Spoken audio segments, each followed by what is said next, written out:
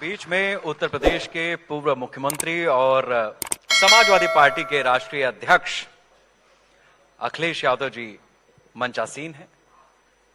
हमने अलग अलग तरीके की सुबह राजनीतिक बातें की हैं। बहुत सारे आपके राजनीतिक मित्र आए अलग अलग पार्टियों से। बहुत सारे सवाल यूं तो आपके लिए छोड़ करके गए हैं कि जब अखिलेश जी आएंगे तो ये पूछना वो पूछना।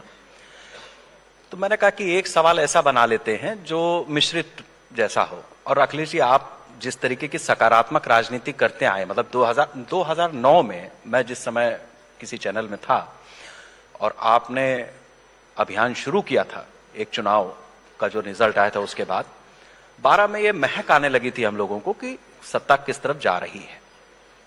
तो ये आपकी राजनीतिक समझबूझ और मेहनत का परिणाम रहा। 12 में हमने देखा हर व्यक्ति अपनी तरह से जो मुख्यमंत्री होता है कुछ ना कुछ करता है प्रदेश के लिए। 12 से 17 तक आपने इस प्रदेश के लिए बहुत कुछ किया। 17 के बाद आज जिस जगह पर हम खड़े हैं, एक पूर्व मुख्यमंत्री और उत्तर प्रदेश का एक विजनरी लीडर जो कभी भी फिर से चीफ मिनिस्टर बन सकता है, वो अपने प्रदेश को कहां देख रहा है और क्या सोच रहा है? मैं सबसे पहले आपका धन्यवाद देता हूं कि आज की खबर और हम भारत के लोग मीडिया कॉन्क्लेव में मुझे बुलाया, उसके लिए मैं बहुत आभारी हूं आपका। धन्यवाद। और आपके माध्यम से हम लोगों की बात जनता तक पहुंचेगी।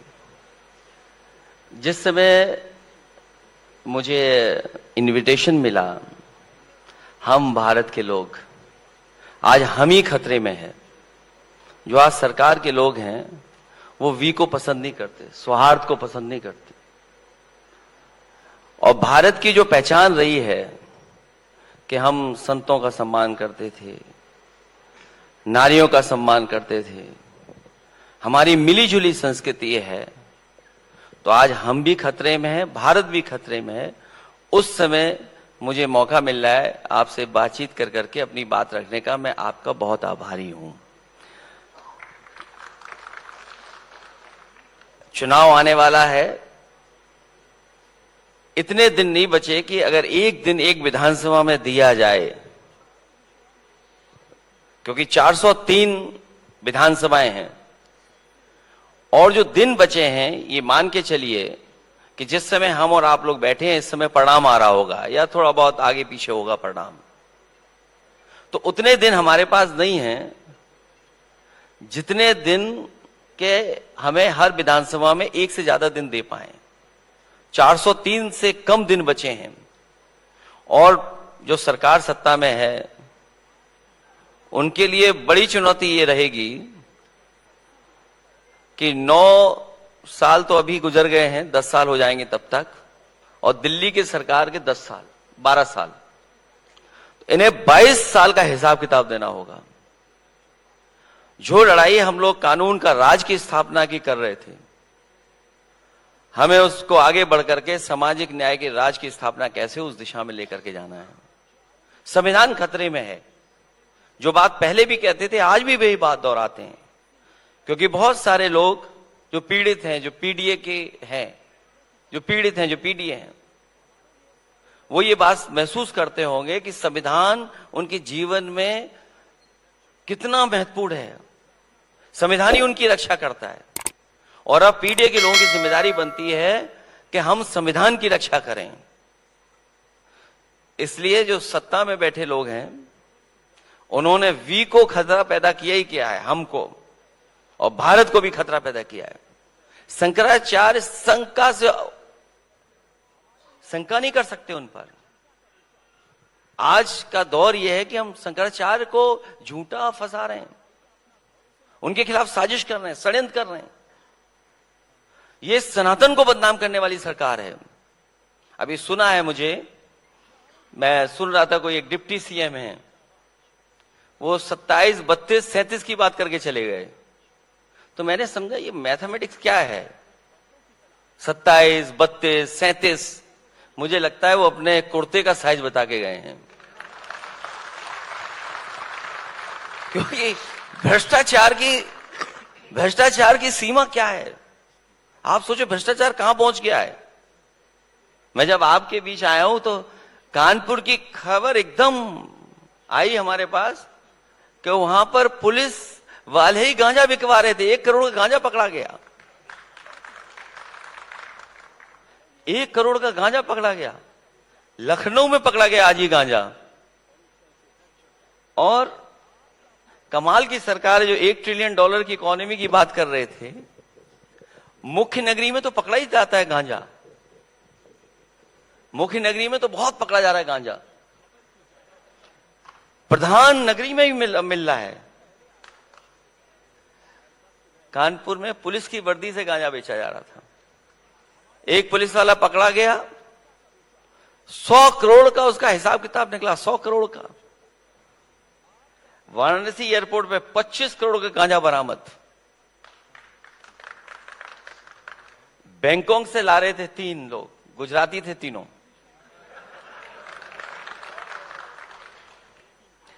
कानपुर में चरस गांजा बिकवा रहे थे दरोगा, और 100 करोड़ का अवैध कमाया उन्होंने। फोन कॉल डिटेल्स निकाले गए, उसमें सब कुछ जानकारी मिली है। कुछ दिन पहले एयरपोर्ट पर लखनऊ के 6 करोड़ के रुपए का गांजा पकड़ा गया। आजमगढ़ में गांजा पकड़ा जा रहा है। अभी 354 केजी पकड़ा गया गांजा। बाराबंकी 3 ड्रग ट्रैफलर्स 108 किलो गांजा पकड़ा गया। आप देखिए लखनऊ स्क्रैप से भरे बोरों में 7 कुंटल गांजा बरामद। लखनऊ, उड़ीसा से लखनऊ ला रहे 92 लाख का गांजा इंटरनेट कॉल से करते थे संपर्क। बताइए, डिजिटल रेवोल्यूशन में डिजिटली गांजा बेच रहे हैं। एसटीएफ ने 1 करोड़ के गांजे के साथ तस्कर दबोचा।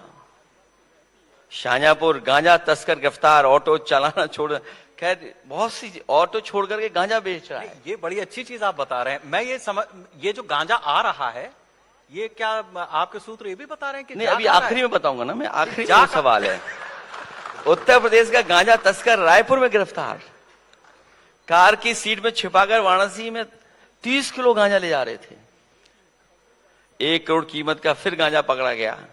तो आप ये सोचिए, ये जो गांजा पकड़ा जा रहा है, कभी कभी हम लोग सोचते हैं गांजा जा कहां रहा है। यही आपके सूत्र बड़े मजबूत हैं सर, आप बताते जाइए ये बात। जब से बीजेपी की सरकार आई है तब से गांजा ज्यादा पकड़ा जा रहा है। ये तो आज की खबर केवल खबर न रह जाए, सूचना न रह जाए, ये वाकई में न्यूज रिपोर्टिंग हो तो हमें उम्मीद है ये जानकारी मिलेगी आपके माध्यम से हम लोगों को कि गांजा तो पकड़ा जा रहा है, लेकिन गांजा जा कहां रहा है, खपत कैसे गांजे की बढ़ गई। फिर $1 ट्रिलियन इकोनॉमी का सपना दिखा रहे हैं। $1 ट्रिलियन इकोनॉमी। हर शहर जाम से परेशान है। लखनऊ राजधानी, जहां मंत्री, डिप्टी सीएम, मुख्यमंत्री, न जाने कितने लोग रहते हैं, अधिकारी। लखनऊ आए दिन जाम से फंसा, उलझे हुए लोग कितना समय बर्बाद कर रहे हैं लखनऊ में। आपका सड़कों पर कूड़ा, सफाई का कोई इंतजाम नहीं, सॉलिड वेस्ट मैनेजमेंट। और सोचिए तब जब देश के प्रधानमंत्री ने झाड़ू उठाया था। आज कहीं देख जाइए झाड़ू तो कम दिखता है, ढेर दिखाई देता है कूड़ों का। अस्पतालों का हाल क्या है? अस्पतालों का हाल, जो समाजवादी एम्बुलेंस चली थी, और एम्बुलेंस इसलिए चलाई गई थी कि गरीब के पास एम्बुलेंस पहुंच जाए, अस्पताल जल्दी पहुंच जाए, जिससे इलाज और सुविधा मिल जाए, दवाई मिल जाए, उसका इलाज हो जाए। 108, 102 दोनों एम्बुलेंस सर्विसेज बर्बाद कर दी सरकार ने।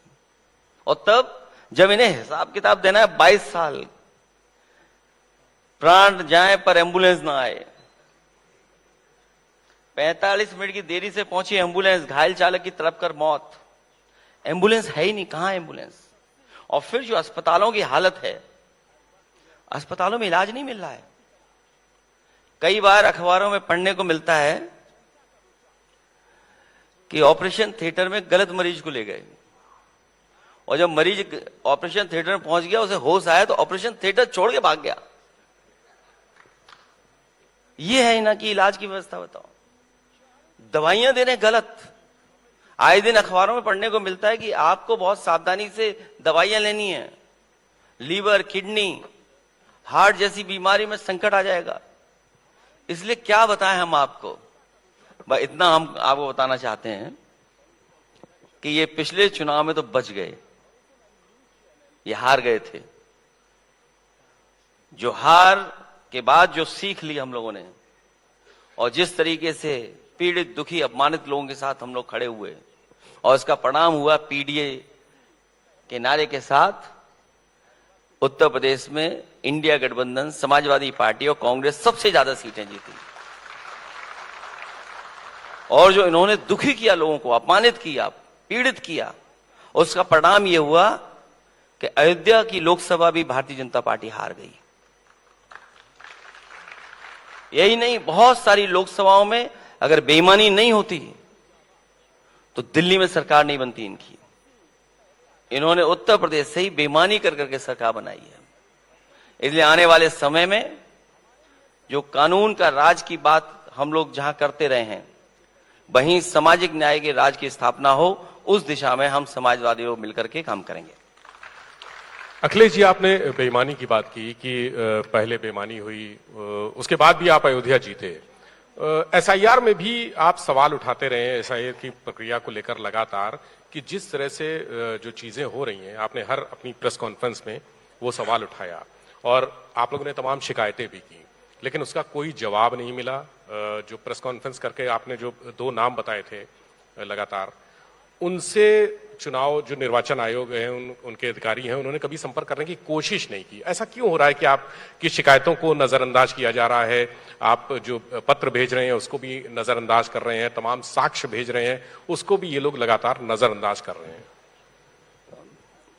एसआईआर स्पेशल रिवीजन जो हो रहा है, और एसआईआर को लेकर के पूरे देश में समय समय पर पॉलिटिकल पार्टीज ने अपना पक्ष रखा, और अपोजिशन के लोगों ने खासकर ये कहा कि इलेक्शन कमीशन जानबूझ करके एसआईआर करा रहा है जिससे वोट काटा जाए।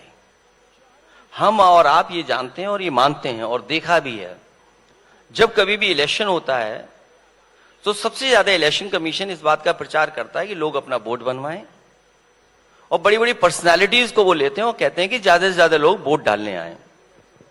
लेकिन इधर जो एसआईआर का कामकाज और जो तरीका देखा हम लोगों ने, उसमें वोट कटवाने पे ज्यादा ध्यान था सरकार का, और केवल लगता नहीं था, कई फैसलों से यह सीधा सीधा साबित हो गया कि इलेक्शन कमीशन और भारतीय जनता पार्टी दोनों मिले हुए हैं और प्रशासन साथ दे रहा है। इस तिगड़ी का मुकाबला किया समाजवादी लोगों ने।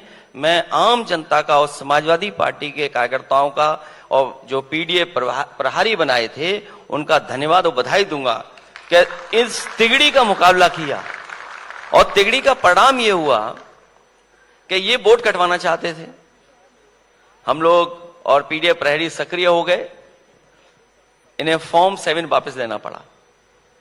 मैं एक अधिकारी के बारे में जानकारी देना चाहता हूं। मेरे क्षेत्र का एक अधिकारी थे, जिलाधिकारी, जिस समय मुझे जानकारी मिली कि हमारे क्षेत्र में फॉर्म 7 10,000 भर करके आ गए हैं समाजवादी पार्टी का वोट कटवाने के लिए। मैंने जिलाधिकारी महोदय से कहा कि मुझे जानकारी मिली है कि 10,000 फॉर्म आ गए हैं वोट कटवाने के। उन्होंने कहा कि नहीं, कोई फॉर्म नहीं कटवाने आए हैं।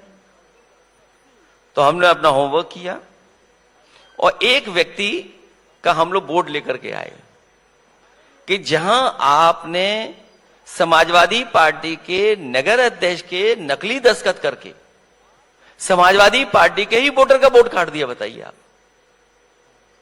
और जब ये सूचना दी हम लोगों ने तो चुनाव आयोग ने और अधिकारियों को समझ में आया कि उनकी चोरी पकड़ी गई है। उसके बाद उन्हें अपना वापस फैसला लेना पड़ा। इसी तरह एक नंदलाल सुल्तानपुर में, मैं तो धन्यवाद दूंगा और मैंने कई बार प्रेस के माध्यम से धन्यवाद दिया कि जब वोट कटने की बात आई और फॉर्म 7 जो टाइप्ड आ रहे थे जिसमें नंदलाल के दस्तखत किए हुए थे, हमारे कार्यकर्ता वहां पहुंचे, नंदलाल से मिले और जानकारी की तो पता लगा कि नंदलाल दस्तखत ही नहीं कर पाते हैं, वो अंगूठा मारते हैं और उनका दस्तखत कर करके वोट कटवा दिया। बताइए हमारा। उसके बाद हम लोगों ने पूरी प्रेस के सामने कहा कि कोई भी दस्तखत करा देगा उसे 1 लाख रुपए का इनाम देंगे। बड़ी मुश्किल से जर्नलिस्ट गए। वैसे तो हम लोग कहते हैं जिसका दाना उसका गाना। अब तो दूसरी बात हो गई, काटा दाना तो गाना भी नहीं गाएंगे फिर वो, अगर गए तो दाना कट जाएगा। तो नंदलाल जो दस्तखत नहीं कर पाते थे, अंगूठा मारते थे, उनसे फॉर्म भरवा दिया। आप और हम जानते हैं कि गांव में कोई टाइपिंग मशीन नहीं है, किसी के पास कंप्यूटर नहीं है। कहां टाइपिंग मशीन या कंप्यूटर है? प्रिंट होकर के आ रहे हैं फॉर्म। बीजेपी ने बाकायदा अपने रिसोर्सेज का इस्तेमाल करके कहीं ना कहीं दिल्ली या बंबई या अहमदाबाद कहीं बैठे हुए थे लोग जो सूचना दे रहे थे और फॉर्म भेज रहे थे, और उन फॉर्म्स के माध्यम से हमारे वोट काटे जा रहे थे। लेकिन पीडीएफ प्रहरी लोगों ने वोट कटने से बचा लिया। उसका परिणाम यह हुआ कि फॉर्म 7 उत्तर प्रदेश से बंद हो गया। सवाल यह नहीं है कि फॉर्म 7 बंद हो गया। अगर चुनाव आयोग निष्पक्ष होता, जो चुनाव आयोग की जिम्मेदारी बनती उन अधिकारियों के खिलाफ कार्रवाई करनी थी। किसी भी एक अधिकारी के खिलाफ इन्होंने कार्रवाई नहीं की। इससे साबित होता है कि बीजेपी, प्रशासन और चुनाव आयोग तीनों तिगड़ी मिलकर के इस लोकतंत्र को खत्म करना चाहते हैं, वोट के अधिकार को छीनना चाहते हैं। ये एसआईआर नहीं था, ये एनआरसी था। ये एनआरसी था और ये बात हम लोगों ने समय समय पर कहा कि ये एनआरसी है। लेकिन जब बीजेपी के लोग घबरा गए, हमारे मुख्यमंत्री जी घबरा गए कि 4 करोड़ वोट उन्हीं का कट गया। उन्होंने खुद कहा कि 4 करोड़ वोट उनका कट गया। उन्हें कैसे पता 4 करोड़ वोट उनका कट गया? कौन से मेथड से पता कर लिया उन्होंने कि 4 करोड़ कट गया उनका? जो लोग मुस्लिम भाइयों को लाइन में लगवाना चाहते थे, उन्होंने हिंदू भाइयों को भी लाइन में लगवा दिया। अब हिंदू भाई भी कागज ढूंढ रहे हैं कि अपना वोट बनवा लें। तो याद रखिए, जो दूसरों के लिए गड्ढा खोदते हैं, एक दिन वो खुद अपने आप उस गड्ढे में गिरते हैं। अखिलेश जी, चुनाव की बात हो रही है, उसमें अब आपने बताया कि जितनी विधानसभा है उतने दिन नहीं बाकी है।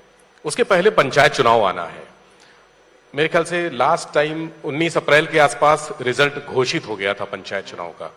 ज्यादा समय नहीं बचा है। तो जो प्रक्रिया अभी चल रही है, क्या ऐसा लगता है कि पंचायत चुनाव नहीं होगा इस बार?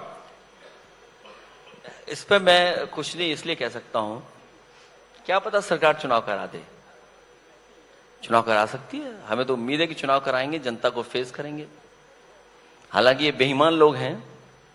पिछला पंचायत का चुनाव तो लूट लिया था इन्होंने, लेकिन इस बार जनता तैयार है, इसलिए सोच रही है जनता से घबरा करके ही शायद चुनाव नहीं करा पा रहे हैं। और अभी तो इनको वोटर लिस्ट जारी करनी है। सुनने में आ रहा है, अभी मैंने जानकारी पूरी नहीं है क्योंकि पूरी वोटर लिस्ट नहीं आई है, दोनों 4 करोड़ का डिफरेंस है। सेम बीएलओ ने बनाई है list, voter list same BLO ने लिस्ट बनाई है। जो इलेक्शन कमीशन स्टेट का है उसकी वोटर लिस्ट, और जो सेंट्रल इलेक्शन कमीशन है उसकी वोटर लिस्ट, और जो सेमी बीएलओ ने जब लिस्ट बनाई है, वोटर लिस्ट बनाई है, तो 4 करोड़ का डिफरेंस आ रहा। बताइए आप, अगर 4 करोड़ का डिफरेंस आ रहा है तो इसका मतलब या फिर सेंट्रल इलेक्शन कमीशन की जो वोटर लिस्ट है वो गलत है, या जो स्टेट ने बनाई है उसमें मैनिपुलेशन है। तो इसीलिए ये घबराए हुए हैं।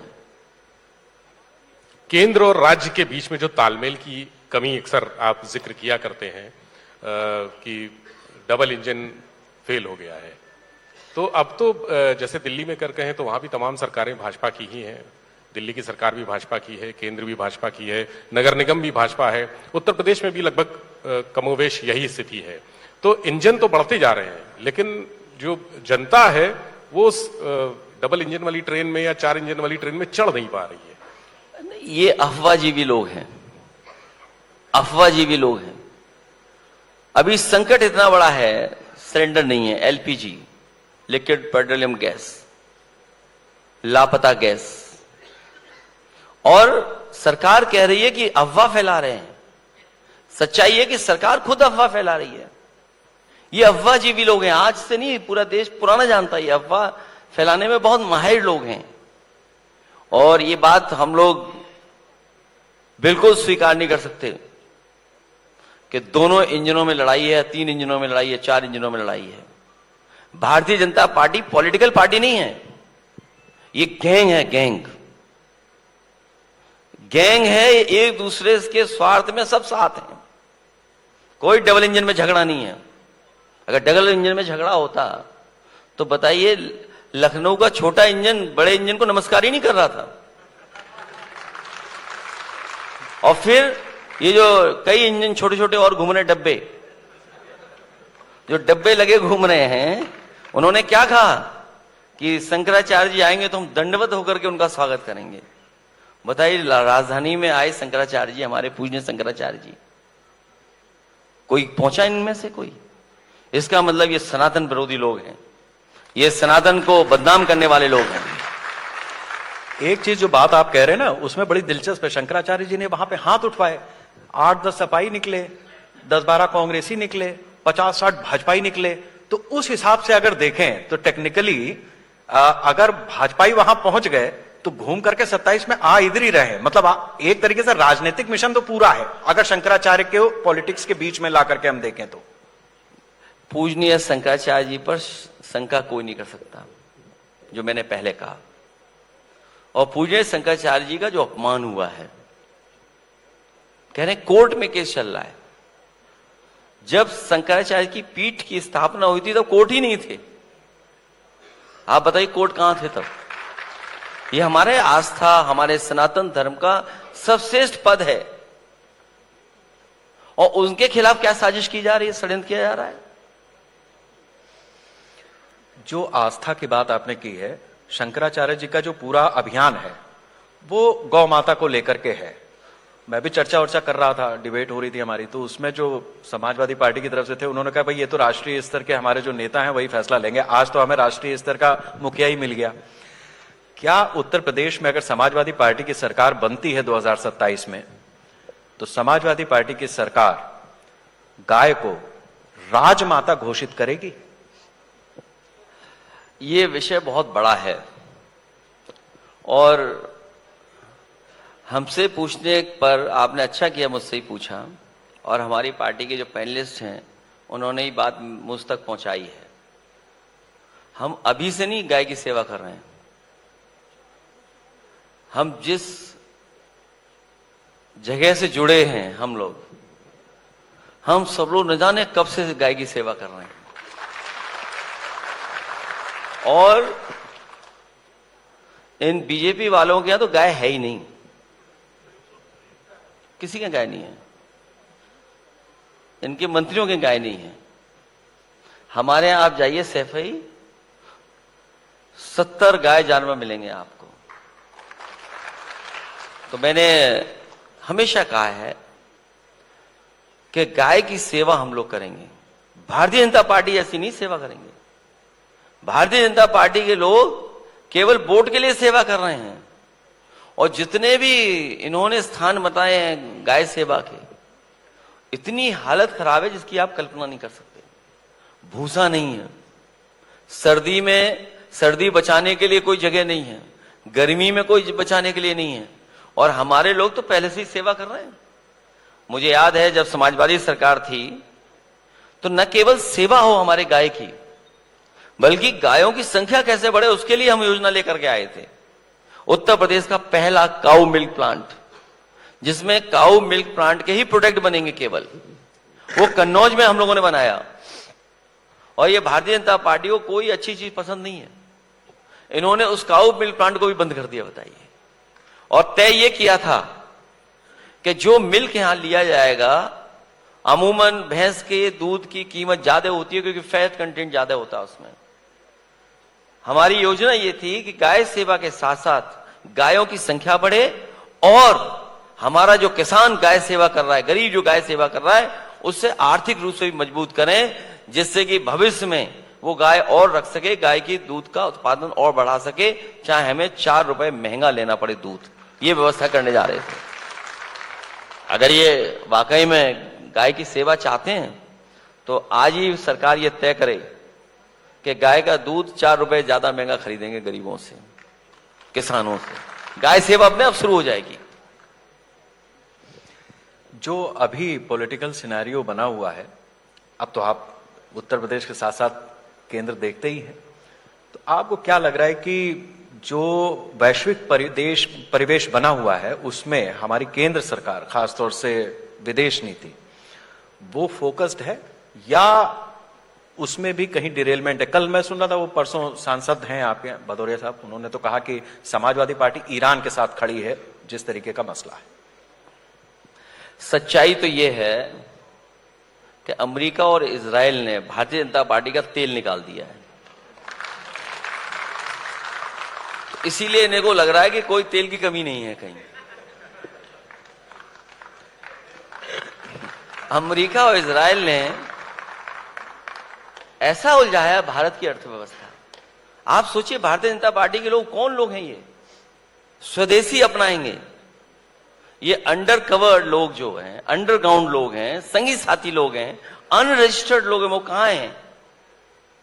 जो लोग स्वदेशी का नारा देते थे, अनरजिस्टर्ड लोग, संगी साथी क्या कहते थे? स्वदेशी अपनाएंगे। आज सबसे ज्यादा आप व्यापार चीन से कर रहे हैं, आप व्यापार रशिया से कर रहे हैं, यूरोप से कई देशों से फ्री ट्रेड एग्रीमेंट कर लिया, यूके से फ्री ट्रेड एग्रीमेंट कर लिया आपने। अमेरिका से जो आपने डील की है वो डील नहीं है, ढील है। कई बार कहा आपने, डील नहीं है वो ढील दी आपने। और डील कभी एक तरफा नहीं होती है, ये एक तरफा डील किया आपने। और इजराइल से आप जाने कितने डिफेंस के इक्विपमेंट्स ले रहे हैं, आप फ्रांस से तमाम एयरक्राफ्ट ले रहे हैं। आपने सच्चाई में देश की फॉरेन पॉलिसी को उलझा दिया, और ऐसा उलझा दिया है कि ना आप किसी के दोस्त हैं, ना आपका कोई दोस्त है। अब आप किसके दोस्त हैं और आपका दोस्त कौन है? कोई देश हो तो बताइए हमें आप। फिर इनकी स्किल इंडिया का क्या हुआ, डिजिटल इंडिया का क्या हुआ, मेक इन इंडिया का क्या हुआ? और वो जो मेक इन इंडिया का दिखाते थे शेर, वो लगता है जंग खा गया है। आज सब चीन से कितना बड़ा ट्रेड कर रहे हैं हम लोग, और फिर क्या कह रहे हैं? अमेरिका से हम एग्रीकल्चर सेक्टर में हम खोल रहे हैं उनके लिए बाजार। और लगता तो ये है कि हमारी भारतीय जनता पार्टी के लोगों ने जो प्रचार किया था मिलेट्स का, कि लोग मिलेट्स खाएं, पुरानी जो हमारी परंपरा थी उस पे हम लौट आए, ये अमेरिका ने जान लिया। तो अमेरिका ने कहा कि इनको हम मिलेट्स देंगे। अब आप सोचिए, जो मिलेट्स हमारे यहां थी वो अमेरिका से आने वाली हैं। एग्रीकल्चर प्रोडक्ट्स में अभी तक साफ नहीं है कि हम क्या क्या लाएंगे, क्या क्या नहीं लाएंगे। एनिमल फीड लाएंगे, सोचिए आप। झांसी में हमारे मुख्यमंत्री ये भी नहीं जानते होंगे झांसी में क्या रिसर्च इंस्टीट्यूट है। Grass and fodder research institute है हमारी, वहां एग्रीकल्चर यूनिवर्सिटी है हमारी, जहां रिसर्च होती है फॉडर पे, हमारे जानवर कैसा खाएं, हाई प्रोटीन कैसे हो, और जो खाएं उससे हमारे दूध का उत्पादन कैसे बढ़े और दूध की गुणवत्ता कैसे अच्छी हो, उसके लिए रिसर्च इंस्टीट्यूट है। और अब आप अमेरिका से फीड लाने वाले हो। बताइए, मुर्गी का दाना अमेरिका से आएगा, हमारे जानवर गाय भैंस के लिए बरसीम अमेरिका से आएगी। तो फिर भारत क्या करेगा? इन्होंने जितना गुमराह किया उतना किसी ने गुमराह नहीं किया होगा। इसलिए इस बार ये बचने वाले नहीं है, जनता को धोखा नहीं दे पाएंगे। जनता इनके खिलाफ है, ये अफवाहबाजी लोग बचेंगे नहीं। अब गैस सिलेंडर है ही नहीं। कौन सा शहर है जहां लाइन नहीं लगी हुई है? नोएडा आप देखिए, लाइन लगी हुई है, गाजियाबाद में लाइन है, हापुड़ में लाइन है, बुलंदशहर में लाइन लगी है। इनके गोरखपुर शहर में लाइन में झगड़ा हो रहा, मारपीट हो रही है। इनके बनारस में बंद हो गए कई, जहां पर प्रसाद बनता था, बाद में इन्होंने दबाव बनाया होगा कुछ। इसी तरह अयोध्या में दबाव बनाया, कहानी दूसरी बदल दी। रेस्टोरेंट्स बंद हो गए, रेस्टोरेंट नहीं चल पा रहे हैं, लोग भट्टियां खोलने लगे हैं, शादियां कैंसिल हो गई हैं, भट्टियां बनाकर के दोबारा। सोचिए, सबसे ज्यादा ठेला लगने वाला है ये समोसे के खिलाफ तो है ही, ये चाट के खिलाफ भी हैं। बताओ, चाट के ठेले कम हो जाएंगे, अब लोग चाट खाने कहां जाएंगे? ये गैस की अगर आपूर्ति नहीं हुई तो सबसे पहले संकट हमारे चाट वालों पे आने वाला है। चाट के ठेले बंद हो जाएंगे।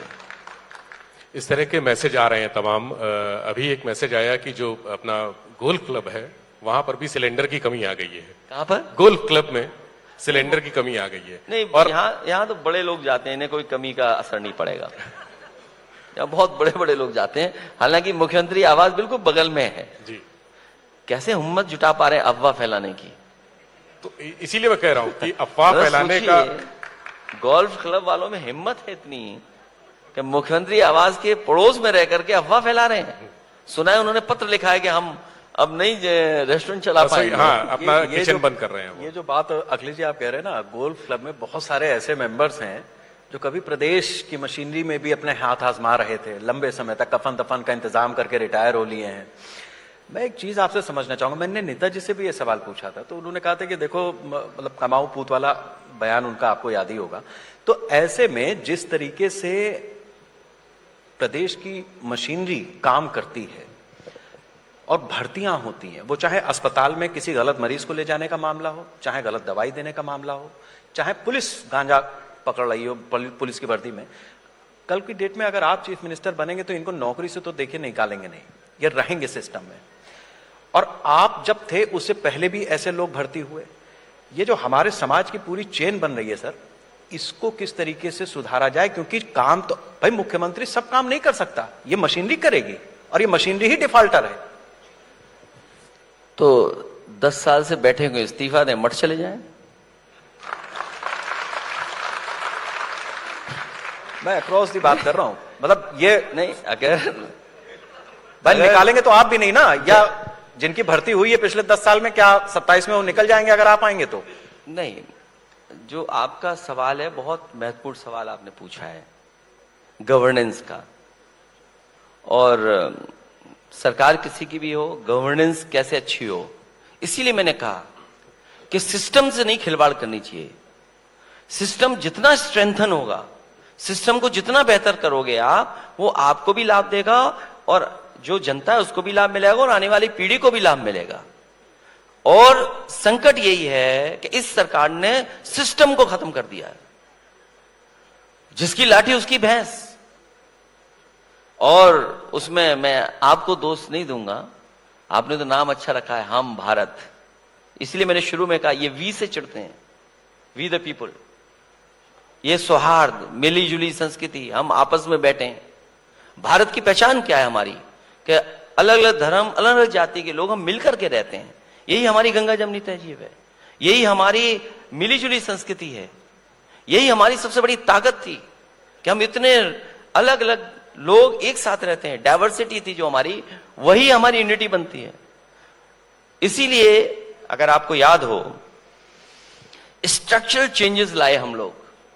जब समाजवादी सरकार बनी तो स्ट्रक्चरल चेंजेस लाने से लाभ मिल रहा था। उदाहरण के लिए मैं कई प्रोजेक्ट बता सकता हूं आपको। सबसे पहला डायल 100, और डायल 100 में स्ट्रक्चरल चेंज ये किया कि कोई भी पीड़ित अगर फोन करेगा तो फोन रिकॉर्ड होगा और उसी को हम एफआईआर मानेंगे और उसी पे पुलिस एक्शन लेगी। और जो सबसे पहला कॉल सुन रहे थे उसमें हम लोगों ने पुरुष को नहीं लगाया, इसलिए कि कई बार पुरुष गुस्सा कर देता है, नाराज हो जाता है। हमने वहां महिलाओं को रखा, लड़कियों को रखा। वो नाराज नहीं होंगी, गाली नहीं देंगी। वरना बीजेपी की संस्कृति में तो यह कि जाने कहां से सीख के आ गए, अनडेमोक्रेटिक वर्ड सीख करके आए हैं। ये तो आपका चैनल अच्छा है, यहां पर वो शब्द नहीं आया। कई चैनल ये फेस कर चुके हैं वो शब्दों को। तो स्ट्रक्चर चेंज क्या हुआ कि आपको पुलिस को एक रिस्पॉन्स सिस्टम मिल गया। आप फोन करिए, पुलिस 5 मिनट में 10 मिनट में आपकी मदद करने के लिए पहुंच रही थी।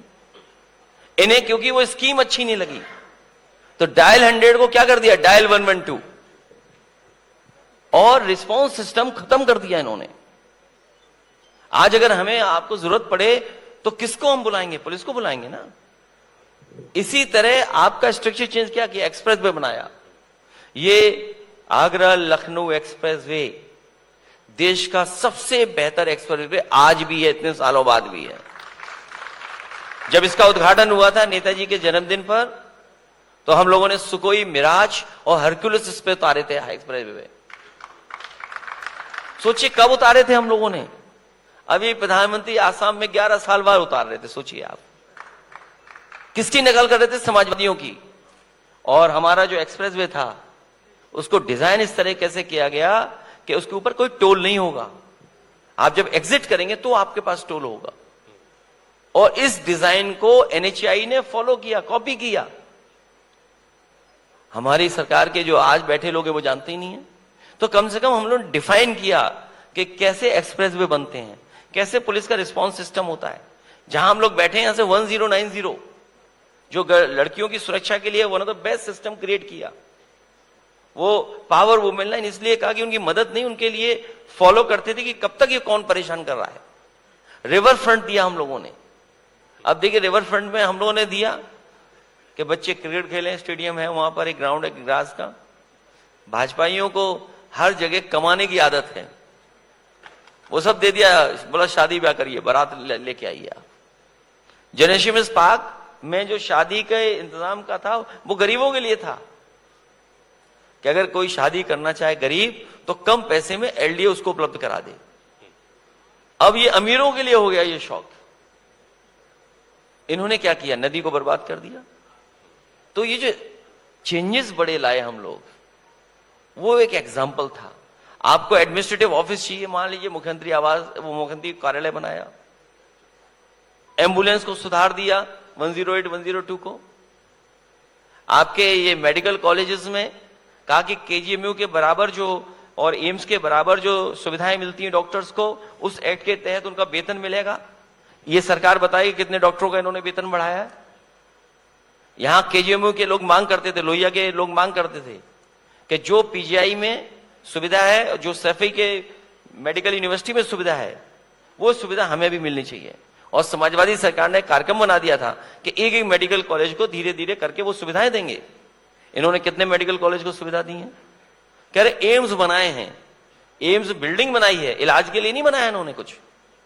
कह रहे हमारे ऑपरेशन थिएटर में मरीज जाएगा तो सब इलाज एक साथ हो जाएगा।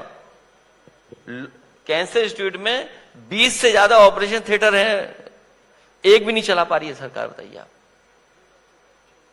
इनके मेडिकल कॉलेजों में चूहे घूम रहे हैं, मरीजों के पास चूहे घूम रहे हैं, कुत्ते घूम रहे हैं इनके पास। क्या बताएं हम आपको? जिंदा आदमी को ले गए मॉर्चरी में, बताइए वो जिंदा भागा वहां से। ये हालत है इनके यहां। तो ये जो व्यवस्था खराब की है, आपको लैपटॉप डिस्ट्रीब्यूशन किया, लैपटॉप इसलिए किया कि जो नई पीढ़ी के लोग हैं, जो नई चीजों को समझते हैं। जब से डिजिटल रेवोल्यूशन आया, बहुत सी चीजें चेंज हो गई हैं। आजकल डिजिटल सब चीजें पहुंच गई हैं, एक्सेस है सबके लिए। हमारे जो सरकार के लोग हैं, कहो वो जानते ही ना चलाना वालाना, उनकी तो कोई मदद करता होगा तब वो देखते होंगे, समझते होंगे, नहीं चला पाते। इसीलिए शंकराचार्य जी से मिलने के बाद और उत्तर प्रदेश की जनता में जो संदेश गया है, आने वाले समय में नकली संत का अंत होने जा रहा है। शंकराचार्य जी से और क्या क्या आपकी बातें हुई, कुछ यहां पर खुलासा करिए जी। आपकी क्या क्या बातें हुई उनसे मुलाकात में, और किन मुद्दों पर बात हुई? क्योंकि उसके बाद उन्होंने एक बयान जारी किया कि चाहे सपा हो, कांग्रेस हो या भाजपा हो, वो कोई पॉलिटिकल इस तरह का किसी से सहयोग नहीं चाहते और करते भी, करेंगे भी नहीं। नहीं, स्वाभाविक है, शंकराचार्य राजनीति से ऊपर हैं, उनका पद बहुत बड़ा है, तो उनसे तो हर पॉलिटिकल पार्टी के लोग जाएंगे और किसी भी विचारधारा के हैं वो आशीर्वाद लेने जाएंगे, उनसे सुनने जाएंगे। हमें भी बहुत सी बातें उन्होंने पुरानी नई बताई, सुझाव दिए हैं। तो ये हमारे और उनके बीच की बात है। कोई और संत जान जाएगा तो नहीं। एक बार कांग्रेस गई थी शंकराचार्य जी के पास, तो कहा कि हमें कुछ दो, तो ऐसे कर दिया, तो वो हाथ का पंजा मिल गया था। आपको भी कुछ मिला है? हम समाजवादी लोग हैं, हमारी स्पिरिचुअल पावर बहुत स्ट्रांग है। क्योंकि भाजपा में एक ही ऐसे नेता थे जिन्होंने कहा था कि शंकराचार्य जी हमारे भगवान हैं, केशव मौर्य जी। तो जब शंकराचार्य जी का कार्यक्रम लखनऊ में लगा, तो उसके बाद वो अचानक केशव मौर्य जी बाहर चले गए। तो क्या लगता है आपको कि उनको बाहर भेज दिया गया? ये बहुत होशियार प्राणी लोग हैं, ये बहुत होशियार प्राणी हैं, बहुत होशियार प्राणी हैं। ये बस दिन रात जुगाड़ में है कि कुर्सी कैसे छीन लें, और अपना स्टूल साफ करके स्टूल पे नहीं बैठते, बताइए आप। ये दुर्भाग्य है, बताइए। क्या डिप्टी सीएम होता है पद? एक बार अगर मुख्यमंत्री डपट दें तो पता नहीं लगा कहां चले गए। वो डिप्टी जो है वो डपट के चक्कर में मिलने ही नहीं आए, आशीर्वाद लेने नहीं आए। सोचिए आप, ये हालत इन लोगों की। और क्या विभाग है, क्या काम कर रहे हैं ये लोग। उत्तर प्रदेश $1 ट्रिलियन इकोनॉमी, एक चीज रट ली, $1 ट्रिलियन इकोनॉमी। बताइए, 1 लाख करोड़ बजट है प्राइमरी और बेसिक का और माध्यमिक का। 1 लाख करोड़ बजट है यूपी का। स्कूलों की हालत देखिए आप, क्या है, क्या पढ़ाई हो पा रही है वहां पर। 1 लाख करोड़ बजट है साल का। बेसिक एजुकेशन का सत्यानाश कर दिया इन्होंने, प्राइमरी एजुकेशन का सत्यानाश कर दिया सरकार ने। और सोचिए, प्राइमरी एजुकेशन का सत्यानाश होने का मतलब क्या है, बेसिक फंडामेंटल जो हमारी बेसिक चीजें हैं वो सब समाप्त कर दी इन्होंने। ये जो बात आपने कही ना, मुझे याद आ रहा है जब आपकी सरकार थी तो उत्तर प्रदेश में एक ऐसा मामला आया था जिसमें ये कहा गया था कि जो सरकारी अधिकारी हैं वो अपने बच्चों को इन्हीं सरकारी स्कूलों में पढ़ाएं तो उससे दशा सुधर जाएगी। कुछ याचिका वगैरह भी डाली गई थी, लेकिन पूरा मामला डिरेल हो गया, फिर कहीं का कहीं पहुंच गया। ये आइडिया अच्छा था, मतलब कहने का ये। देखिए, वो समय दूसरा था, आज समय दूसरा है। उस समय एजुकेशन में बहुत ज्यादा डिफरेंस था, बहुत ज्यादा प्रॉस्पेरिटी नहीं आई थी, नंबर ऑफ स्कूल्स नहीं थे, ज्यादातर लोग प्राइमरी में और कुछ ही सरकारी स्कूल हुआ करते थे, वो प्राइवेट स्कूल होते थे। इधर थोड़ा बहुत जो प्रॉस्पेरिटी आई है, प्राइवेट स्कूल्स बहुत बढ़ गए हैं, लेकिन सरकार अपनी जिम्मेदारी से नहीं भाग सकती है। इसीलिए समाजवादी पार्टी में उस समय यह सोच चल रही थी कि अगर हम इंफ्रास्ट्रक्चर नहीं ठीक कर सकते हैं, बराबर नहीं कर सकते हैं, या हम और चीजें नहीं ठीक कर सकते हैं, कम से कम कोर्स तो एक कर दें, बुक्स तो एक कर दें। उस दिशा में काम करना शुरू कर दिया था। और साथ ही साथ जो हमारे बेसिक स्कूल हैं, जो प्राइमरी स्कूल्स हैं, उन स्कूल्स का इंफ्रास्ट्रक्चर कैसे बेहतर हो, तो अभिनव स्कूल नए बनाना शुरू कर दिए थे। और अभिनव स्कूल इसलिए बनाए थे क्योंकि ये नए स्कूल होंगे, संख्या बढ़ गई है, प्राइवेट स्कूल से अच्छा इंफ्रास्ट्रक्चर हो। तो लखनऊ में और हमने अपने गांव में बनाया था, और विभाग को यह कहा था कि इनमें मानक तय करिए और इसको कैसे और बेटर बना सकते हैं, कैसे और कॉस्ट इफेक्टिव बना सकते हैं। आप इस तरह के स्कूल्स और बनाइए यूपी में। जितने समाजवादी ने बनाए थे अभिनव स्कूल, उतने ही बने, उसके अलावा एक नया स्कूल नहीं बना पाए। हम और आप लोग अगर जानकारी रखते होंगे कि दिल्ली का सबसे प्रतिष्ठित जो स्कूल है वो संस्कृति स्कूल है। दिल्ली के तमाम जो प्रतिष्ठित स्कूल है उसमें एक संस्कृति स्कूल भी है, जिसमें एडमिशन पाना ही सबसे मुश्किल काम है। आपने लखनऊ में भी बनवाया। उस समय आईएएस एसोसिएशन के लोगों से मेरी जब बातचीत हुई तो मैंने उनसे कहा कि हम एक संस्कृति स्कूल यहां पर खोलना चाहते हैं। तो आईएएस अधिकारी और सब लोग सहमत हुए। मैंने बजट दिया और लखनऊ में दिल्ली के बाद पहला संस्कृति स्कूल खोला। यह सरकार शिक्षा के इतने खिलाफ है कि संस्कृत स्कूल को बंद कर दिया इन्होंने। उसकी हालत ऐसी कर दी है कि संस्कृत स्कूल चल नहीं पा रहा है। यूपी में मुझे याद है कांग्रेस पार्टी की सरकार थी उस समय, वो अमेठी में सैनिक स्कूल चाहते थे। तो मैंने कहा सैनिक स्कूल एक नहीं चाहिए, हमें आपको और देने पड़ेंगे। तो बोले कितने? मैंने कहा 3 देने पड़ेंगे आपको। बोले 3 क्यों मांग रहे हैं आप? मैंने कहा एक अगर राहुल जी अपनी कॉन्स्टिट्यूंसी में चाहेंगे तो एक हम कन्नौज में बनाएंगे, एक बनाएंगे मैनपुरी में। तो बोले हमें एक ही यूपी को देने में इतना कुछ करना पड़ गया है। मैंने कहा अगर आप एक दोगे तो हम बजट नहीं देंगे, आप 3 दोगे तो तीनों के लिए बजट देंगे। और उसका परिणाम ये हुआ कि उस समय कांग्रेस पार्टी की सरकार में हम लोगों को 3 सैनिक स्कूल बने, जो एक लखनऊ क्या कहते हैं अमेठी में बनाया, दूसरा मैनपुरी में बनाया। मुझे लगा कि अच्छा नहीं लगेगा कि मैं कन्नौज में बना दूं, तो कन्नौज का जो सैनिक स्कूल था उसको मैंने झांसी में भेजा। 3 सैनिक स्कूल बनाए और ये सैनिक स्कूल बना रहे पीपीपी मॉडल पे, प्राइवेट में सैनिक स्कूल दे रहे हैं, बताइए आप। और ये एम्स का बड़ा नाम देते हैं। क्या एम्स में पूरा इलाज हो पा रहा है? क्या कैंसर जैसी गंभीर बीमारी का इलाज दे पा रहे हैं? मरीज दर दर भटक रहा है, इलाज नहीं है, दवाई नहीं, पैसा नहीं उसके पास। इसलिए ये केवल धोखा दे रहे हैं। अब धोखा इनका चलने वाला नहीं है। ये अफवाहजीबी इस बार जनता से हार करके जाएंगे। अभी डिप्टी सीएम घोषणा करके गए हैं कि कोई कॉरपोरेशन बना रहे हैं वो, जिसके माध्यम से भर्ती होगी। अस्पताल में जितने भी वो हैं कर्मचारी होते हैं वो एडहॉक पर अब नहीं रखेंगे। अब कॉरपोरेशन के माध्यम से भर्तियां होंगी। ये बहुत ही वो हैं। अभी क्या बता रहे थे, अपने कुर्ते का साइज। कॉर्पोरेशन में क्या करेंगे, आउटसोर्स ही तो करेंगे आप उन्हें कोई परमानेंट नौकरी नहीं दे रहे हैं आप। आज जरूरत है एक अच्छी ट्रेनिंग इंस्टीट्यूट की और परमानेंट नौकरी हो, सरकारी नौकरी हो। और ये कॉर्पोरेशन की बात इसलिए करते हैं क्योंकि उन्हें आरक्षण न देना पड़े। ये कॉर्पोरेशन की बात क्यों करते हैं, क्योंकि आरक्षण न देना पड़े। अरे ये सोचते बड़े होशियार हैं, ये होशियार नहीं है, बहुत धोखेबाज लोग हैं। ये कॉर्पोरेशन बना करके आरक्षण से खिलवाड़ करना चाहते हैं, इसलिए ये कॉर्पोरेशन का बहाना दे रहे हैं, क्योंकि आउटसोर्स बदनाम हो गया है। और कॉर्पोरेशन में ही भी वही चीज डाल देंगे जाकर के कॉर्पोरेशन में। अखिलेश जी, आपका जो विजन है वो डेवलपमेंट ओरिएंटेड है। एक बार नेताजी से मैंने सवाल पूछा था, ये दौर था जब उत्तर प्रदेश को 4 टुकड़ों में बांटने वाली बात हो रही थी। तो उन्होंने कहा कि देखिए ऐसा है शेखर कि अगर उत्तर प्रदेश के हम टुकड़े करेंगे तो हमारी लैंड बहुत चली जाएगी, कहीं विधानसभा बनानी पड़ेगी, कहीं कार्यालय बनेंगे, ऐसे में जमीन का बड़ा नुकसान होगा और लोगों को उतना फायदा मिले ना मिले वो दीगर बात है। अभी डेवलपमेंट का जब प्रोसेस चलता है, इस सरकार ने भी बहुत सारा जमीन का एक्वायरमेंट किया है, जो कभी कहीं इंडस्ट्रियल कॉरिडोर है, कहीं कुछ है, तो ऐसे जमीन बहुत सारी ली गई है। कुछ हो सकता है इमारतें भी उठ जाएं।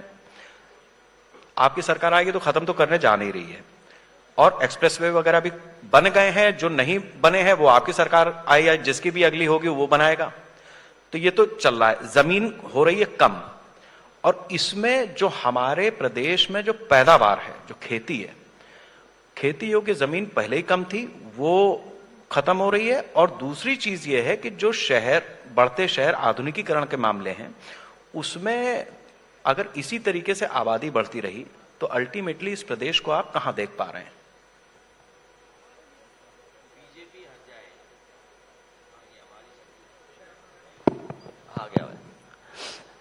बीजेपी हट जाए, उत्तर प्रदेश अपने आप रफ्तार पे आ जाएगा। जिन्हें काम नहीं करना है वो सब ये बातें कर रहे हैं, जिन्हें जनता को गुमराह करना है वो इस तरह के सवाल उठा रहे हैं। उत्तर प्रदेश जिस तरीके से प्रोग्रेसिव स्टेट को लेकर के हम लोग उत्तर प्रदेश समाजवादी सरकार में चल रहा था, ये बताएं कि इंडस्ट्रियल पॉलिसी अगर बनी कोई जिसमें इन्वेस्टमेंट आ रहा है, उस इंडस्ट्रियल पॉलिसी में कितना बदलाव ले आए हैं? क्या पुरानी ही इंडस्ट्रियल पॉलिसी के तहत नहीं ला रहे इन्वेस्टमेंट? और फिर इन्होंने एमओयू साइन किए हैं, 45 लाख करोड़ के एमओयू साइन कर दिए। जमीन पर कितना पहुंचा है? इन्होंने कहा डिफेंस कॉरिडोर बना रहे हैं। बताइए डिफेंस कॉरिडोर में कहां क्या बन रहा है? लड़ाई पूरी बदल गई दुनिया में। यहां जितने लोग बैठे हैं या जितने लोग आज देश में हैं, वो देख रहे हैं कि लड़ाई लड़ने का तरीका बदल गया है। आजकल लड़ाई मिसाइल्स पे है, ड्रोन्स पे है। आपको पूरा का पूरा टेक्नोलॉजी पे डिपेंड होना पड़ेगा। कितना एक्यूरेट होकर के आपको लड़ाई लड़नी पड़ेगी, चाहे वो रशिया और यूक्रेन का वॉर हो, चाहे जो अभी हम इजराइल, अमेरिका और ईरान का वॉर देख रहे हैं। देखिए वॉर बड़ा अलग तरीके से बन गया है। और ये डिफेंस कॉरिडोर, बताइए जब इन्हें एआई में रोबोट दिखाना था तो बताओ चाइना का रोबोट ले आइए। इससे ज्यादा और क्या शर्मिंदगी हो सकती है सरकार की? तो ये झूठे लोग हैं।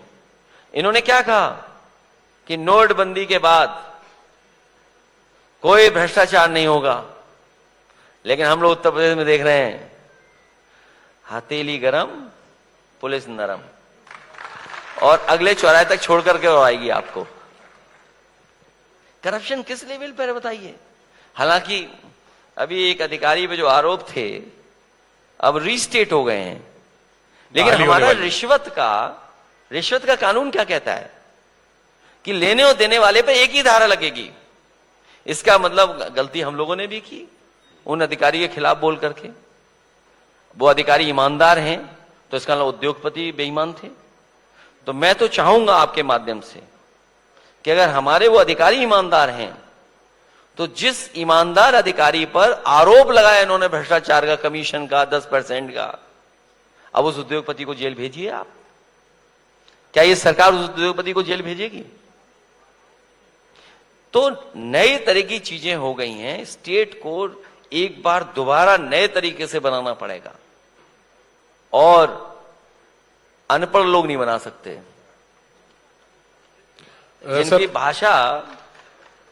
जिनकी भाषा हमने आपने एएनआई पे कि यूएनआई पे सुनी है। आपने कहा डिफेंस कॉरिडोर वाली बात, इसके अलावा उन अधिकारी की भी बात आई, तो भटगांव डिफेंस कॉरिडोर का ही हिस्सा है, उस मामले में भी उनकी जांच चल रही है। हमारा तो यह है कि उस ईमानदार अधिकारी को रिस्टेट आपने कर दिया, तो इसका मतलब उद्योगपति ने गलत आरोप लगाए थे, तो आप उद्योगपति को जेल भेजिए आप। और फिर जो आपने एमओयू साइन किए हैं, तो आपने कितने एमओयू साइन कर दिए हैं और जमीन पर कितने उतरे हैं आपके? भाई आज तो 10 साल हो गए आपके, डबल इंजन की सरकार है, दिल्ली लखनऊ दोनों एक साथ काम कर रहे हैं, फिर भी आपका इन्वेस्टमेंट क्यों नहीं? फिर भी नौकरी नहीं है, फिर भी रोजगार नहीं है, फिर भी हमारे किसान की आय दोगुनी नहीं हुई। आपने कहा हम एग्रीकल्चर इंफ्रास्ट्रक्चर पे इतना पैसा देंगे, गन्ना किसान दुखी है, हमारे धान पैदा करने वाला दुखी है, आलू वाला परेशान है, बताते आलू खरीदेंगे, इन्होंने कहा हम आलू खरीदेंगे। कहां आलू खरीद रहे हैं? अगर एक आलू भी खरीदा हो इन्होंने तो कोई व्यवस्था नहीं बना पाए ये लोग, हमारी मंडियों को बर्बाद कर दिया, एग्रीकल्चर इंफ्रास्ट्रक्चर के नाम पे सब पैसा लूट लिया इन्होंने। और डिफेंस के साथ साथ जो एमओयू साइन हुए थे, और अब भी एमओयू साइन करने गए जापान, बताइए सिंगापुर में एमओयू साइन करने गए।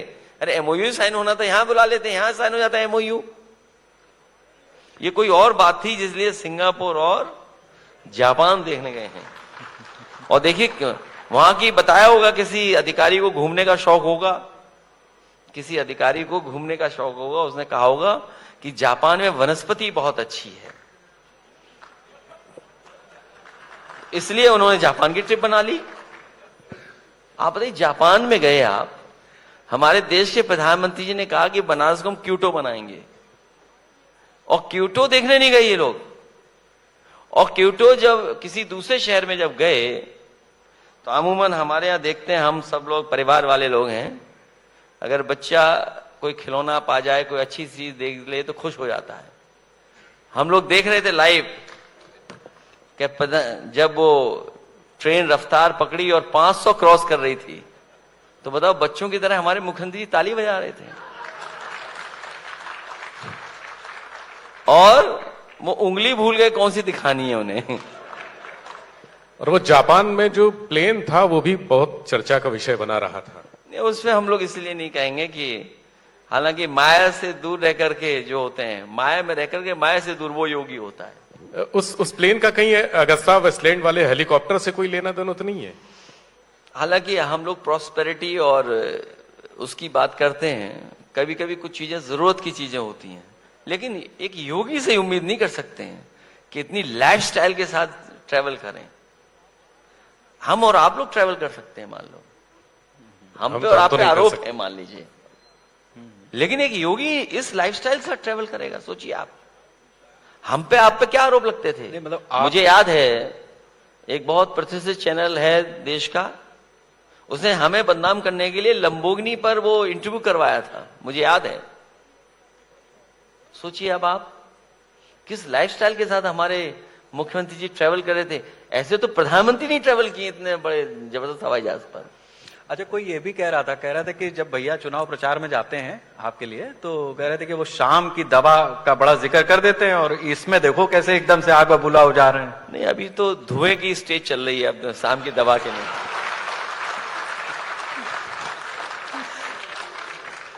अच्छा, एक चीज बड़ी गजब की आज इत्तेफाक है अखिलेश जी कि इसी परिसर में, अब चूंकि चुनाव आ ही रहा है, आपने बताया कि 403 दिन जितनी विधानसभा उससे कम दिन, बड़ा इसी परिसर में आप इस हॉल में हैं, और एक पड़ोस के हॉल में जिनसे आपका राजनीतिक गलभैया होती है, और इस प्रदेश में जब आप दोनों लोग गाड़ी पे सवार होकर के निकले थे तो बड़े चर्चे भी हुए थे, 2 लड़कों, यूपी के 2 लड़के, हाँ, वो भी पड़ोस वाले हॉल में पधारे हुए हैं।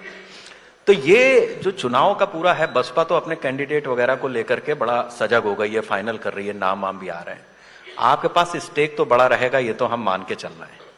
लेकिन अभी सिचुएशन है क्या पार्टी के अंदर और इनके साथ में भी, चूंकि आपका कुछ ना कुछ तो गठबंधन होगा ही, ऐसा कुछ इशारा कीजिए। खासकर जो आयोजन है सर आज कांचीराम जी, उसको लेकर आप लोग तो एक ही हैं, लेकिन उस आयोजन को लेकर अलग अलग आयोजन, आप भी उसी में जा रहे हैं और वो भी उधर। अगर हम और थोड़ा बैकग्राउंड में जाएं तो ये इंदिरा गांधी प्रतिष्ठान बनना था ताज होटल के बगल में, लेकिन वहां स्मारक बन गया है और सबने अप्रिशिएट किया है, सब उसके पक्ष में, कोई बात नहीं। उस समय के हिसाब से चीजें बदलती हैं, कई बार परिस्थितियों के हिसाब से राजनीति बदलती है। इधर मैंने जब शुरू में कहा आपसे कि कानून के राज के साथ साथ सामाजिक न्याय के राज की स्थापना हो, उस दिशा में हम सब लोग मिलकर के आगे बढ़ेंगे। और जब पीडीए की बात कर रहे हैं तो पीड़ित, दुखी, अपमानित लोग वो वही हैं जो पिछड़े हैं, जो दलित हैं, जो अल्पसंख्यक हैं, आदिवासी हैं, मुसलमान भाई हैं। इन सबको एक स्थान, एक इन सबको प्लेटफॉर्म देने का माध्यम हम लोगों ने पीडीए से बनाया। और इधर समाज में जागरूकता बहुत फैली है।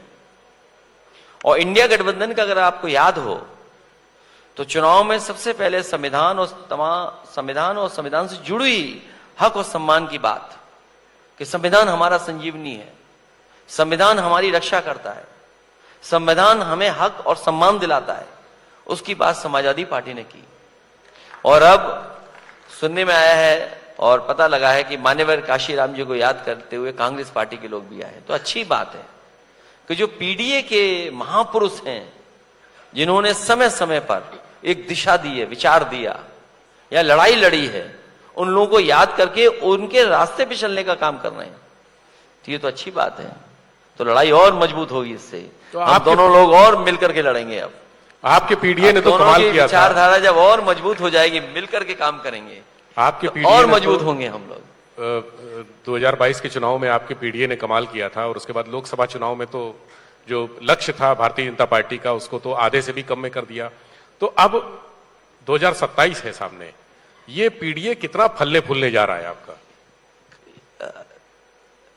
बहुजन समाज, पिछड़े दलित, या बाबा साहब भीमराव अम्बेडकर जी का आह्वान, लोहिया का जो नारा था कि 100 में 60 पिछड़े पाए, और नेताजी का जो संघर्ष रहा, माननीय काशीराम जिस दिशा में लेके गए, या हम और पुराने तमाम समाजवादी चिंतकों के बारे में कहें और सोचें, तो वही लड़ाई है जो आज लड़ी जा रही है।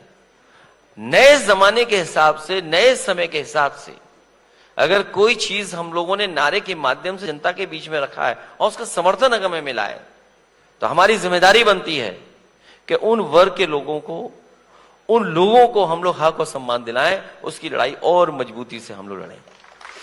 अच्छा अखिलेश जी, एक चीज और कह रहे थे, बात हो रही थी ऐसी, जैसे हम लोग निकलते हैं तो ये कहने लगे कि जिस तरीके से ब्राह्मणों की चुटिया पकड़ पकड़ के पीटा गया उन्हें प्रयागराज में, उसके बाद अखिलेश जी बहुत इससे दुखी हुए हैं और अब की बार ब्राह्मणों को टिकट देने में मायावती को वो आगे नहीं निकलने देंगे, समाजवादी पार्टी भरपूर ब्राह्मणों को टिकट देगी, ऐसा मतलब लोग कह रहे थे। नहीं, लोग ठीक ही समझ रहे हैं और इसलिए भी ठीक समझ रहे होंगे क्योंकि जब लखनऊ में उन्हें ऑक्सीजन की जरूरत पड़ती है तो सबसे बढ़िया पार्क, सबसे अच्छा पार्क, ऑक्सीजन से भरपूर पार्क मिलता है राम मनोहर लोहिया जी का, और दूसरा पार्क मिलता है उन्हें जनेश्वर मिश्र जी का। तो स्वाभाविक है उनका सोचना, क्योंकि हमारे लिए विचारधारा, हमारे लिए संघर्ष और हमारे लिए सामाजिक न्याय की जो लड़ाई लड़ेगा, उसको साथ लेने में कहीं हम लोग चूक नहीं करेंगे। और हमारा आधार भी वही है, जीत का। जो जीतेगा वो टिकट पाएगा। इस समय सर सरकार से नाराज लोगों की संख्या बढ़ती जा रही है। सोशल मीडिया पे मैंने आपका पोस्ट डाला कि अखिलेश जी हमारे कार्यक्रम में शामिल होने आ रहे हैं, तो मेरे ख्याल से सैकड़ों लोगों ने 69,000 भर्ती शिक्षक हैं, इसके अलावा तमाम जो शिक्षा विभाग की भर्तियां हैं, उन्होंने कहा कि हमारा ये सवाल जरूर पूछिएगा अखिलेश जी से कि सरकार आने पर क्या उनको नौकरी मिलेगी। मैं आपके माध्यम से और तमाम साथियों को ये भरोसा दिला सकता हूं कि समाजवादी सरकार आने पर नौकरियां निकलेंगी, नौकरियां दी जाएंगी। और जो भेदभाव हो रहा है आरक्षण को लेकर के, जो अपमानित होना पड़ रहा है, 69,000 वालों को कहां कहां नहीं ठोकर मिली है, कोर्ट से लेकर के हर जगह उन्होंने लड़ाई लड़ने का काम किया। उन्हें कोई भी न्याय दिला सकता है तो वो केवल समाजवादी पार्टी है जो न्याय दिलाने का काम करेगी। शिक्षकों की बात निकली है तो एक मसला और भी है, वो भी शिक्षक ही रहे हैं। सन 2000 के बाद विषय विशेषज्ञ की कुछ भर्तियां निकली थी, करीबन 2000 या 2100 लोग हैं कुल उस विषय विशेषज्ञ में। ये जो पेंशन वाला पूरा प्रकरण चला तो बहुत सारे लोग अब रिटायर हो रहे हैं, उनकी पेंशन नहीं है। नेताजी के समय पे भी 4 से पहले भी जो हुए, मतलब इस तरीके का पूरा एक सिस्टम है। तो क्या और एप्लीकेशन वगैरह लगा रखी, तो उन शिक्षकों का भी एक ये सवाल है कि अगर समाजवादी पार्टी आएगी तो क्या हमारी पेंशन बहाल होगी या मिलेगी? ओल्ड पेंशन स्कीम को लेकर के हम लोगों का बिल्कुल साफ था मानना कि समाजवादी सरकार बनने पर ओल्ड पेंशन स्कीम लागू की जाएगी।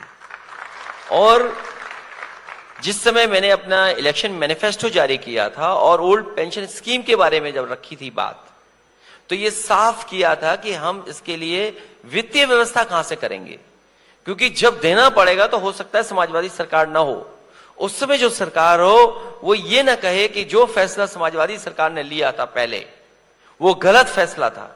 इसलिए वित्तीय व्यवस्था कैसे होगी कि अपने ओल्ड पेंशन स्कीम कैसे जब रिटायर होंगे तब उनको मिलना शुरू होगा, उसके लिए बाकायदा व्यवस्था की थी। इसलिए ओल्ड पेंशन स्कीम के साथ पक्ष में हम लोग थे। ये तमाम हमारे कर्मचारी संगठन जानते होंगे, उनके लोगों से कई बार हम लोगों की बात हुई, मुलाकात हुई और वित्तीय अधिकारियों से बैठकर ही फैसला लिया, तब जाकर के हम लोगों ने प्रेस के सामने ये बात रखी थी। तो इसलिए अगर उन सबको भरोसा समाजवादियों पर है तो मैं उनसे यही अपील करूंगा कि हटाओ बीजेपी को इस बार, क्योंकि ये सुनाना चाहते हैं, सुनना नहीं चाहते हैं। ये सुनने वाले लोग नहीं हैं, और जो सुनने वाले लोग नहीं हैं वो अनडेमोक्रेटिक होते हैं। ये अनडेमोक्रेटिक लोग हैं और किसी की भी खुशहाली इन्हें पसंद नहीं है। और अब तो बीजेपी के लोग ही कह रहे हैं कि बीजेपी की सगी नहीं है। बीजेपी वालों को ही परेशान कर रही है। बाहर से आने वालों को खास तवज्जो दी जा रही है बीजेपी में, ये कह रहे हैं लोग। और आपके द्वारा निष्कासित जो निकाले गए हैं वो भी मंत्री बनने के लिए लाइन में लगे हैं। और बसपा के बहुत सारे लोग आपके संपर्क में आ रहे हैं। मुझे जानकारी मिली थी कि उनके विभाग भी बढ़ गए हैं। किसी को पीडब्ल्यूडी मिनिस्ट्री मिल रही है, पीडब्ल्यूडी मिनिस्ट्री, किसी को वो पीडीएस वाला है जो खाद्य रसद मिल रहा है। तो उनके विभाग भी तय हैं।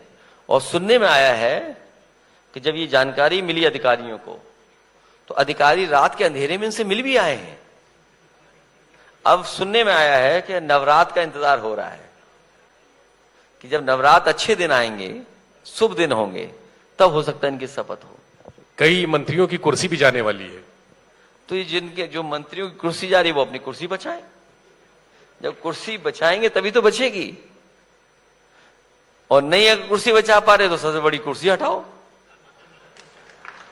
तो आपका वो ऑफर अभी भी है, वो वाला 100 ऑफर तो अब इसलिए खत्म हो गया, अब चुनाव में हम लोग जा रहे हैं। अब दिन ही कितने बचे हैं, अब दिन नहीं बचे। ये ऑफर लायक भी नहीं है, इनके पास कुछ है ही नहीं। हम ही धोखे में थे, हम ही धोखे में थे कि शायद इनके पास कुछ है। ये दोनों खाली निकले। और सोचिए कितना अच्छा मौका था, वो जापान थे, खाली सब कुछ पड़ा था मैदान। अच्छा, जो लोग इस मौके का फायदा नहीं उठा सकते वो क्या करेंगे बताओ। ये जो बात आपने कही है ना, नेताजी ने भी एक दिन ये बात कही थी कि उत्तर प्रदेश में परसों कल्याण सिंह की सरकार नहीं रहेगी, और नहीं रही। आप तो खुलेआम करते रहे। तो बीजेपी में ये परिवर्तन आप किस तरीके से देखते हैं, या राजनीति में? बीजेपी के लोग बीजेपी से ही परेशान हैं, और जो अनरजिस्टर्ड लोग हैं वो भी परेशान हैं। सुनने में आ रही कोई एस करके बैठक हो रही है, और उसमें सुनने में आया कि अधिकारी को नीचे बैठाएंगे, उनका जिलाध्यक्ष ऊपर बैठेगा। और साथ ही साथ विधायकों की चिंता इसलिए बढ़ गई है कि विधायक सोच रहे कि टिकट हमारी न कट जाए। तो अब सरकार चलेगी कैसे, सोचिए आप। जो ये एस बैठक हो रही है उसमें यह भी तय हो रहा है कि किसकी कुर्सी हटानी है, किसकी टिकट कटनी है, क्योंकि समय तो बचा नहीं है। अब क्या समय बचा है बताओ आप।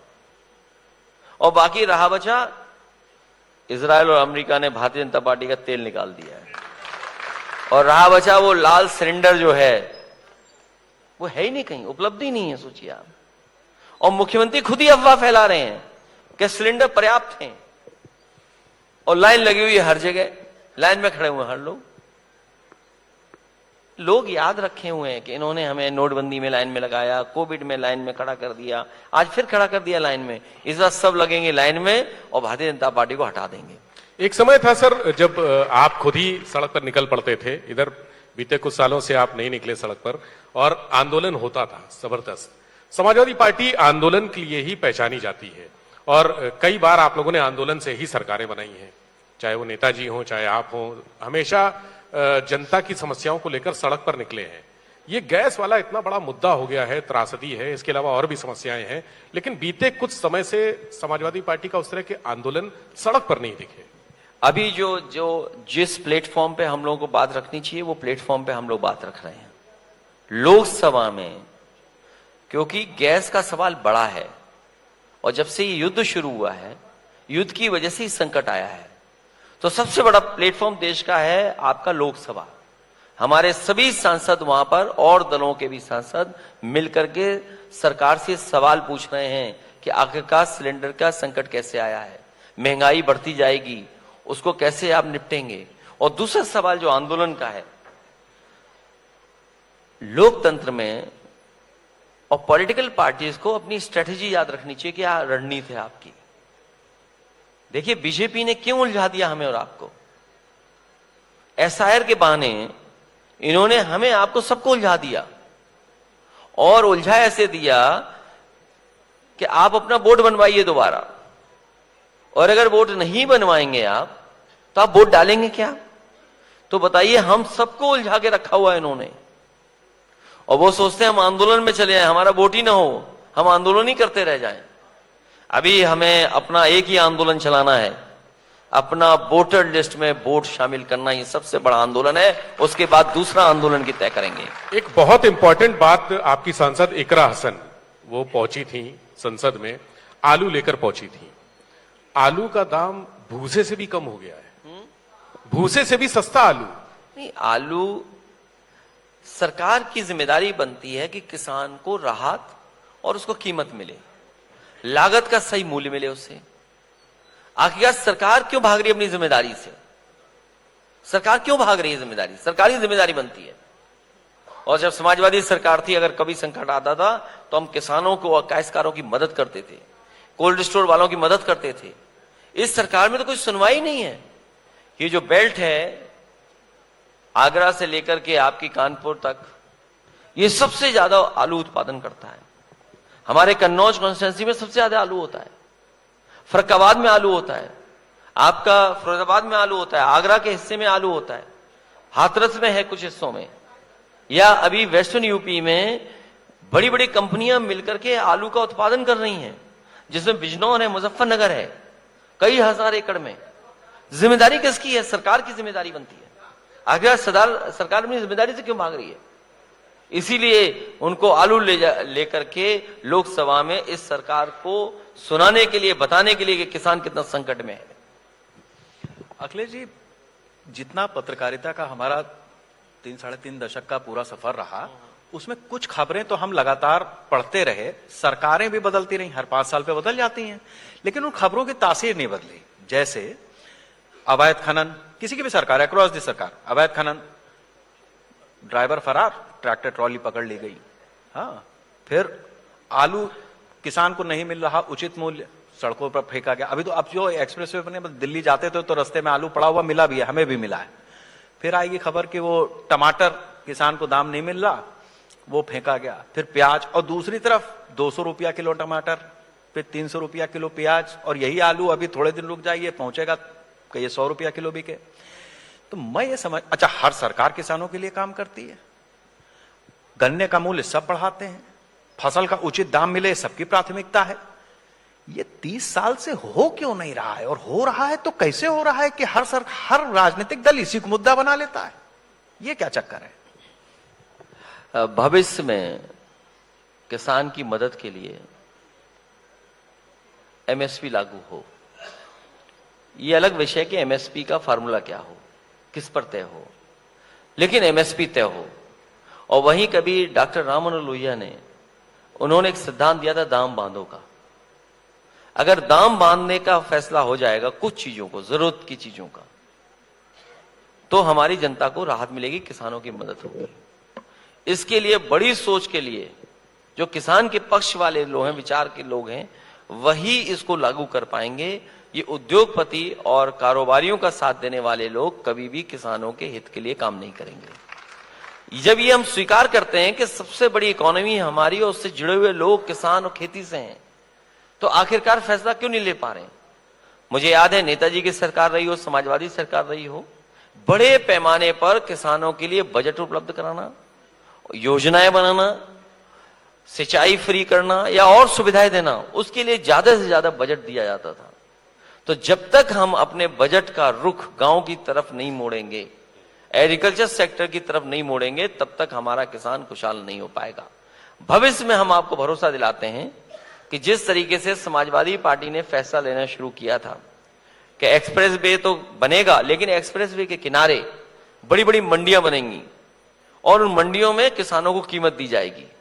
डेयरी के क्षेत्र में मुझे याद है उत्तर प्रदेश में उस समय पर समाजवादी सरकार में प्रतिदिन 30 लाख लीटर प्रतिदिन प्रोक्योरमेंट दूध का बढ़ाया था हम लोगों ने, जिसमें अमूल के 3 प्लांट के लिए एमओयू हुआ था।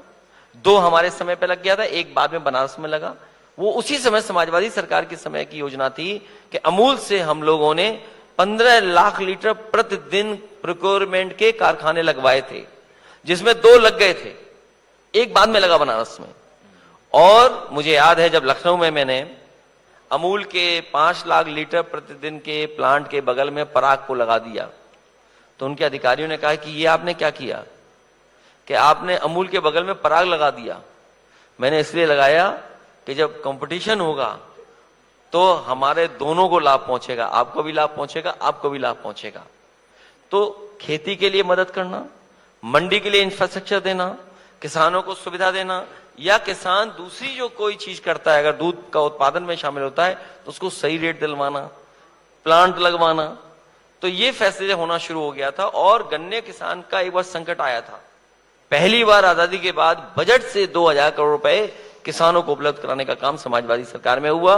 वहीं को जनरेशन को लेकर के नेताजी के समय शुरू हुआ था को जनरेशन की योजना, जिससे चीनी मिल के लोग भी घाटे में ना जाएं और किसान को भी कीमत मिल जाए। तो जब तक किसान के पक्ष वाली सरकार नहीं बनेगी, तब तक गरीब और किसान को लाभ नहीं पहुंचाएंगे। गरीब और किसान के लाभ का मतलब है नौकरी और रोजगार भी उपलब्ध कराना और अपनी अर्थव्यवस्था को भी तेजी से आगे बढ़ाने का काम। आपका विजन स्पष्ट है। जिस तरह से 2012 में आपने प्रदेश को बहुत कुछ दिया, एक बार सरकार रही आपकी, और इसी 2027 के चुनाव में आपका विजन और आगे ले जाने का है। और आज की खबर आपके विजन का सम्मान करता है, आपका भी सम्मान करता है। आप यहाँ पर आए हैं, हम गौरवान्वित हैं, हम सम्मानित हैं, और भविष्य के लिए आपको बहुत बहुत शुक्रिया है, बहुत बहुत धन्यवाद है, बहुत सारी बधाइयां हैं। तो ये जो सत्र है आज आपका, इसके लिए आपका बहुत शुक्रिया, बहुत धन्यवाद। हम यहीं पर इस सत्र को विराम दें। आप लोगों का विशेष धन्यवाद देता हूं, आभारी हूं कि आपसे बातचीत करने के साथ साथ हमें अपनी बात करने का मौका मिला। आज जो बात हुई है वो बहुत से लोगों तक पहुंची होगी, क्योंकि आपके कई प्लेटफॉर्म है जिसके माध्यम से ये बात आपने पहुंचाई है। पॉलिटिकल लोगों को अपनी बात पहुंचाने का जो लाभ मिलेगा, वो मुझे उम्मीद है कि 27 में उसका हम लोग बड़े पैमाने पर लाभ मिलने जा रहा है। मैं आपका बहुत धन्यवाद देता